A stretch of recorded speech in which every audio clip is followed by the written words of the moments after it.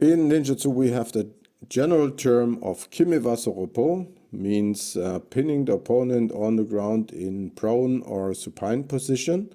We talk today about supine position. We have a set of different techniques for our students, so they learn how to pin an opponent on the ground. That are old battle techniques, traditional techniques. They are very painful, and there's always the danger of, for example, breaking the arm or injuring the arm, so they are not meant for sport. Important requirements for those techniques is that the defender can come away from his opponent very, very quick, and that he has a good overview about his surrounding. So the first technique we show you is a battle technique, which is not meant for pinning the opponent on the ground, but basically to break the arm. And it's one of the first techniques I learned in the end of the 80s from my teacher, Moshe Castile. So we study that from Umote Kime, wrist lock, traditional wrist lock, and we bring the opponent on his back.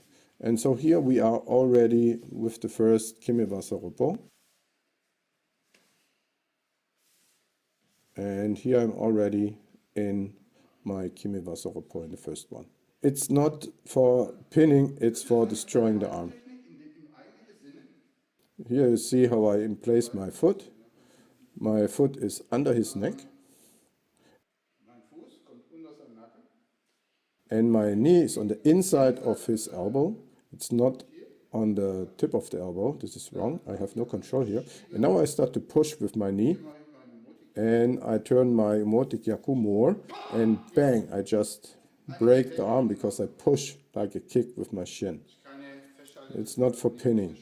Because when I start to push here slowly, he will try to evade the lock and start to counter. It's just for breaking the arm just. So the opponent cannot hold a sword anymore. So students very often do a mistake that they train that in a series, that they just go from one Kime Waza Roppo to the next, like a series. Don't do that.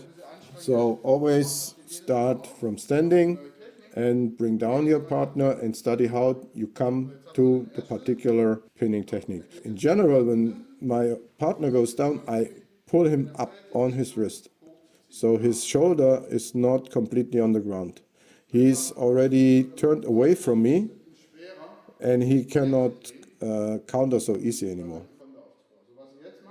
So what I do now is I roll the hand, I go down beside him, bring pressure on his hip here with my knee, and I push his elbow against me and I do a takiori.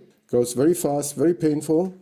You can also do it like I show it here, that you grab your own wrist, but be careful that you don't touch his elbow here, because in the end now I just pull with my left hand, and when he's strong he can push out of that. When I'm here with both hands it's much harder and I have more control. He's turned away from me.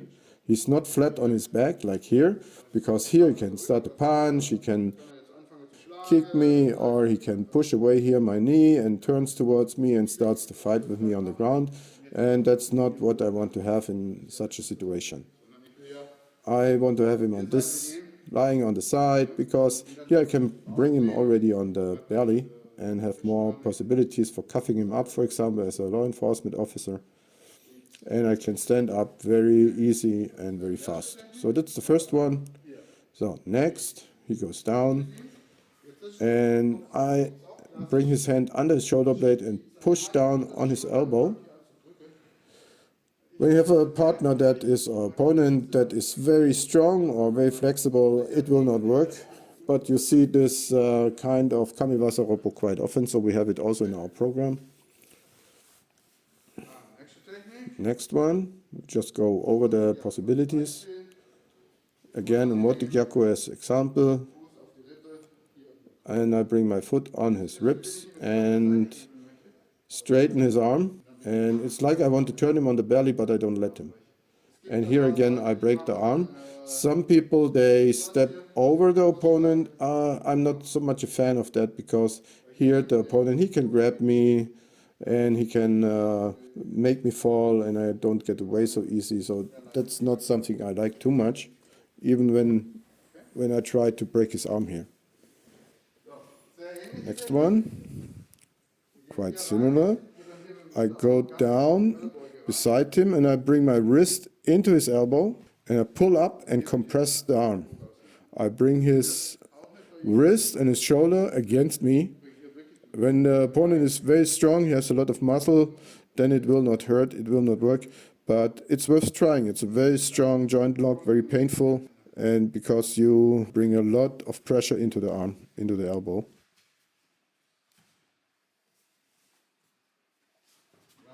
Then we have the classical Japanese armbar. Bring the elbow on your hip and fall backwards and overstretch the arm. It has a lot of names. Don't bring the arm on the side of his head, because here he can roll or he just turns, like he's doing now, and here he can escape that hold. And I'm not so much a fan of that, but you see it very often in sport, and you have to know how this is executed so you also can escape it.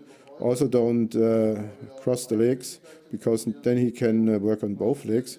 When you have the legs parallel and you lose the head here, for example, I still can hold him very good. I don't like that lock so much because I don't get away from the opponent. I lie on my back. Maybe I have a hard time with his arm, and his friends, they are kicking me. When you have multiple opponents, this is not a good thing to do. Next one, you bring him down, and you straighten the arm, and you bring the arm down to the floor. And I turn so far that the elbow is already to the ceiling.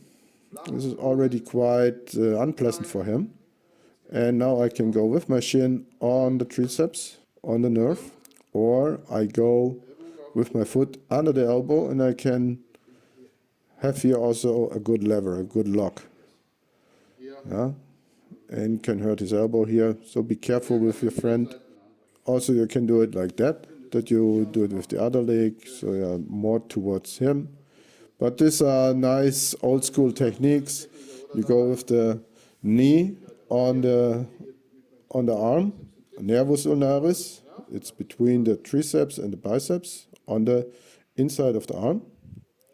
And also here you can attack the funny bone, or you go even with both knees on the arm. So you have a lot of control, for example, when the opponent has a weapon in his hand.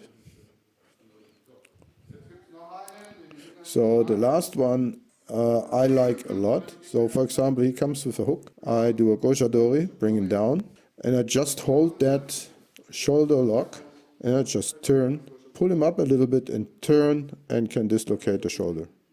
It's a very, very strong, very quick one. I like that much. Why? Because I can leave the scene very, very fast. I can release him very fast from the lock, and I'm gone. And I'm in an upright position, and I see what's going on around me, and I have a lot of possibilities to go on with him.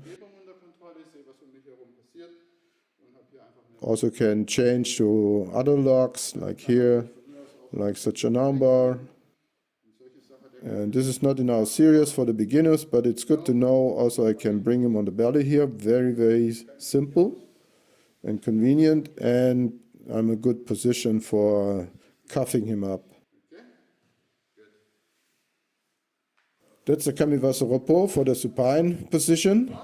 And train that carefully. And as I said before, don't train it as a serious. Always stand up and practice the single Kime Waza Roppo. How do you come into it? And then only when there is a problem, change into another one. And pull him up on the hand when he falls. Don't bend down because he can kick you or you fall. You always go down, you squat down on him and keep yourself in an upright position. And there are still a lot of other things to show.